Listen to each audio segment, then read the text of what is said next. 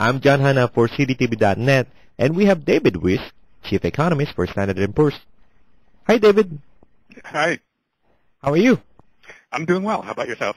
Great, great, great. It's Friday, and we have the weekend ahead of us, which is great. Looking forward to it myself. All right, so David, let's talk about China. What are your thoughts about the recent move by China? Well, China has been seeing a rapid rise in the inflation rate, heavily on the food price side, and they're concerned about that. I think that the recent moves, they've had now 2 hikes in the reserve requirement this month, are a sign that they feel they need to slow the economy down. The other side to it is that during the recession, the world recession that started a couple of years ago, China moved very quickly to get the banks lending money again. They're now realizing the banks made a lot of bad loans in the process, and they're trying to get the banks to be more responsible, cut down on their lending activity. This is going to rein in some of the banks about putting out loans there because China raised the requirements now, right? Yeah, as I said, this is the second time this month they've raised reserve requirements. They're just trying to slow the economy down. They're not trying to stop it. We're expecting to see about 8.5% growth next year. That sounds awfully good, but it's down from 11% early this year.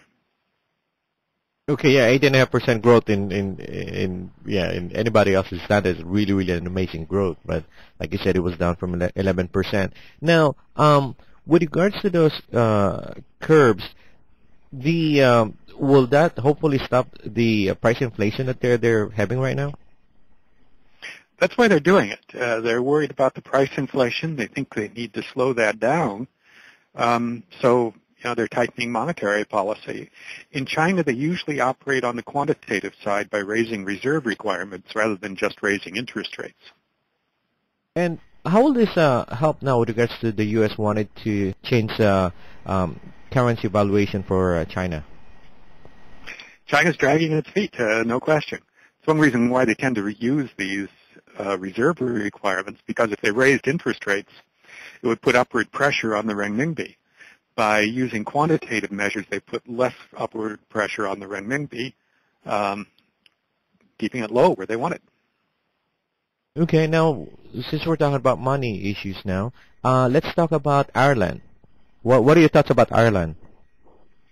Ireland obviously has been suffering from this huge banking crisis they've got.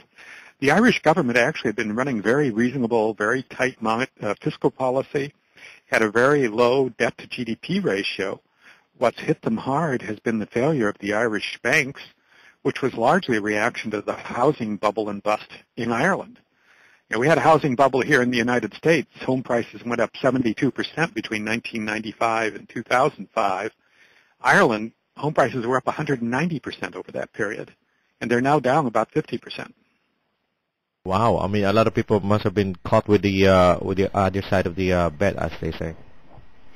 And a lot of banks got caught because most of the mortgages were issued by the banks. It's not as easy to walk away from a mortgage in Ireland as it is in the United States, but still, they're not getting paid either. Now, what do you think is the move that Ireland will do? Are they going to default? Are they going to get the bailout package? It looks now like they're going to get a bailout package. We've seen the Irish interest rates come down a little bit in the last couple of days. It looks like the EU is going to sign up to give them some emergency funding. As I said, the Irish fiscal position has been in pretty good shape. It's the cost of bailing out the banks that's been the problem. If Ireland can stabilize that, it'll help. It should allow them to get back to more reasonable policies. The problem is, though, that the bailout of the banks has cost the Irish government something over 30% of Ireland's GDP. In contrast, the net cost of the TARP program in the United States was about 1% of GDP, and we're whining about that. Wow, that's pretty big. Those are pretty big numbers. Yeah, I mean, 30% of GDP is not unprecedented, though. That's about what it cost Korea to bail out their financial institutions back in the Asian currency crisis a decade ago. See, that's why we like to have you on as much as we can, because you have all of this information. You just a source for information. Well, when you get old enough, you've seen it before. That's one of the problems. Okay. Most of the time, anything with a potential crisis is usually being resolved over the weekend. You think it's going to happen this weekend for Ireland? I don't know. I'm hoping it will be, at least in broad measure. The problem that we've seen, though, is that although the Germans and the French agree that something has to be done, so far they haven't been in complete agreement on exactly what needs to be done. We certainly saw that with the Greek situation. We're seeing it to some extent with Ireland right now. Moving to a common central bank has been a problem in Europe because they don't have the central bank's ability to come in and provide emergency liquidity the way a single country central bank like the Federal Reserve or the Bank of Japan can do. So, I mean, if Ireland gets bailed out, people are going to say, well, if